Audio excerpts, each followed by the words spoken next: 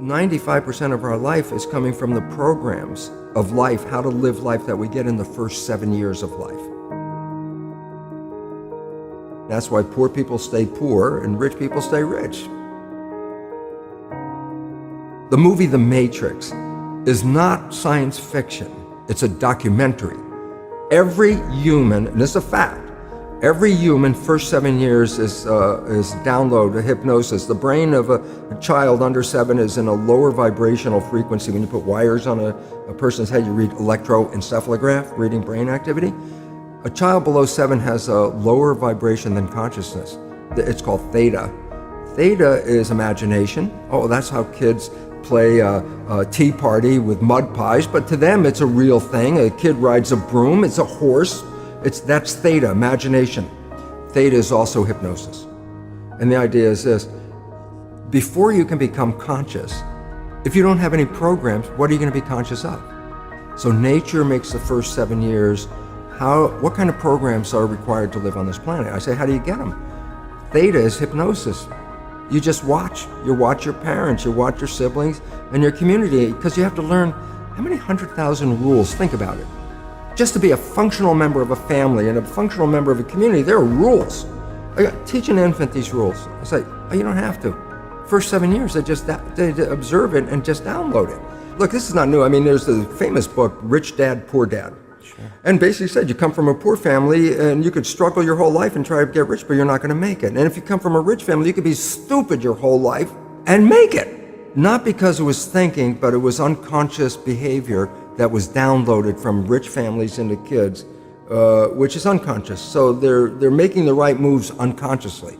If they engage their conscious mind, then they look stupid, but it's unconscious. And that's the same thing with poor people.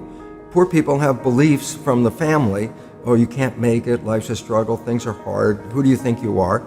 And if that's the program you get, then 95% of the day you will sabotage yourself.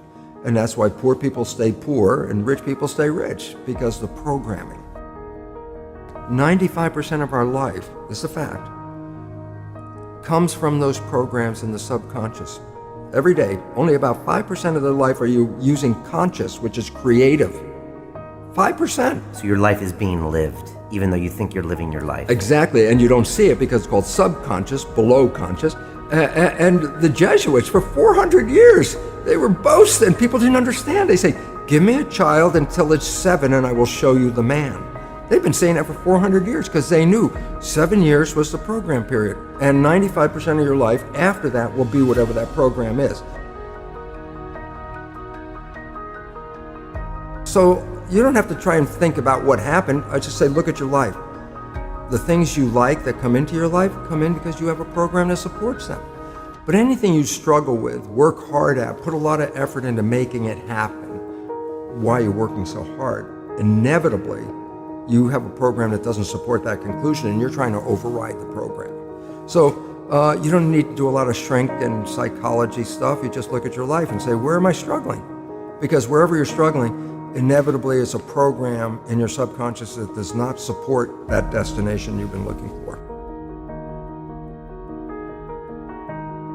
The conscious mind is creative and can learn in any number of ways. Read a self-help book, go to a lecture, listen to this program, and conscious mind's going to get some awareness. And I go, yeah, but subconscious mind doesn't learn that way. I go, right, it doesn't. Subconscious mind learns in 2 fundamental ways naturally. Hypnosis, which is the first 7 years. And after age 7, how do you put new programs in? Repetition, practice. You want to drive a car, you didn't learn how by just getting in the seat and put the key in. You had to practice driving the car. You want to learn the alphabet. How many times did you go from A to Z? Try to go to A to Z before you can complete it. And once you completed it, you didn't have to go back and do it again. So 2 phases. You want to train the subconscious mind, hypnosis, repetition. I like the last one because there's a new phrase that's bandied about called fake it till you make it. Meaning, if you're not a happy person, I say, you want to be a happy person? Then repeat all the time, I'm happy, I'm happy. I say, well, you don't look happy or anything. I say, no, who am I talking to? By repetition, I'm talking to subconscious. Okay. If subconscious gets, I am happy, and 95% of your life comes from that subconscious, there will be a point once the subconscious got, I am happy, you don't have to say it again. Okay. It'll be automatic. And that's why we see people do affirmations and gratitude journals and stuff, because if you do that daily... It's repetitive. That's the secret part. Putting a sticky note on the refrigerator is more like a suggestion, but it's not a repetition. So it doesn't work very well. But you have to do... Repetition is a habit. It's making habit. So you got to do something religiously in the sense of repeating it to make it work.